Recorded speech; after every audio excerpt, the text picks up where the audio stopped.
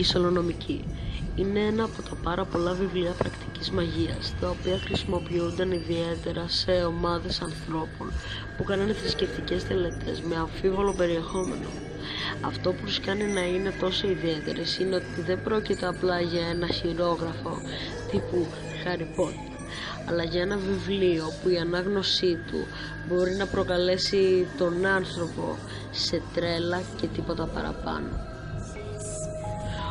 Ο μύθος λέει όμως ότι όποιος καταφέρει να καταλάβει το νόημα της Σολονομικής θα μπορέσει να επικαλέσει δαιμονικά πνεύματα, τα οποία θα μπορεί να τα έχει στην κατοχή του κάνοντας ό,τι θέλει.